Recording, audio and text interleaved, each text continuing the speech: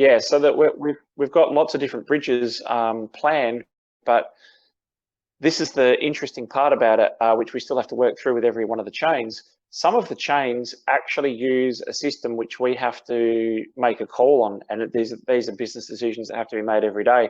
But some of the chains, for example, start up a contract and they basically say, we take the ERC token, lock it, mint a new token on the other side, and then what we do is we burn the token that you were bringing across, meaning the ERC RFOX is burned.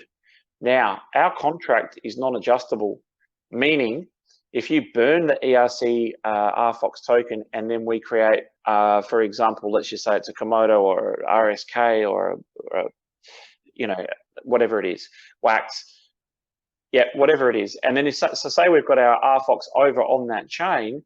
If someone says, cool, I've got a heap of it, I'm going to send it back over to the ETH side so I can sell it on Uniswap, it'll say no new tokens can be created. It's a one-way street, so that brings up two interesting points. And some of the chains, there'll be no way around that. So what that will mean is that there'd be a depreciating supply of RFOX on the ETH side, which people would absolutely love. But what we're trying to do is work with people to say, lock the RFOX on the ETH side into a contract, produce a new token on the other side, and if someone ever wants to bring it back, then you burn or destroy that token and release the RFOX ERC token that was being held in a contract. So again, what we have to do is A, work out how that works for all the different chains, but B, we've got to remove all the ambiguity and we've got to make sure that the people that are actually utilizing these services have no understanding of what's going on behind the scenes. We need to make this very, very simplistic.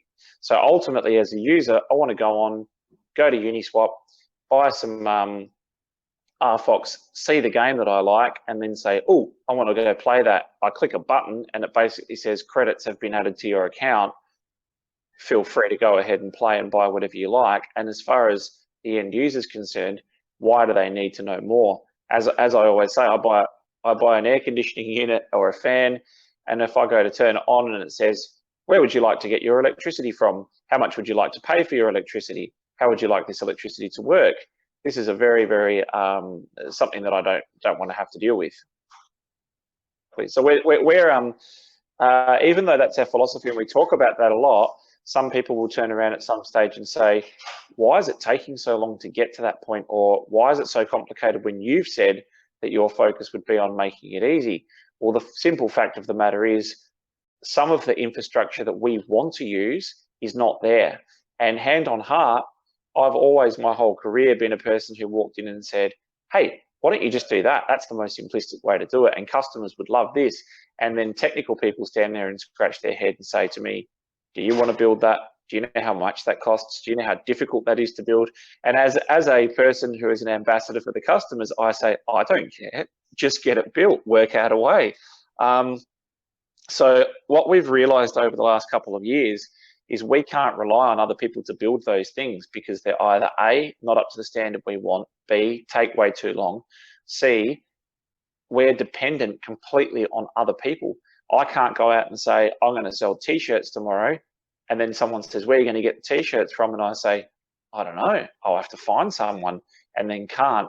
So we've learned to pull back a little bit. Like, we're sitting on so many announcements at the moment that if we brought these announcements out, it would just be there'd be fireworks going off. But the issue is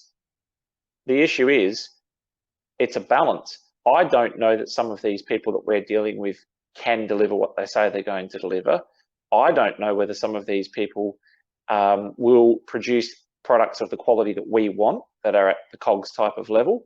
And I also don't want to go out there and then have those people turn around and say regulations and laws have changed, and people say, why did you say that? And then it didn't happen. We've learned our lesson. What we say now is we'll talk about the stuff that we're firmly in control of ourselves. Anything that we're not firmly in control of, we'll say, we're planning on doing this, this is coming, and then we'll just keep people up to date, because ultimately we are done with talking about what other people are going to do for us.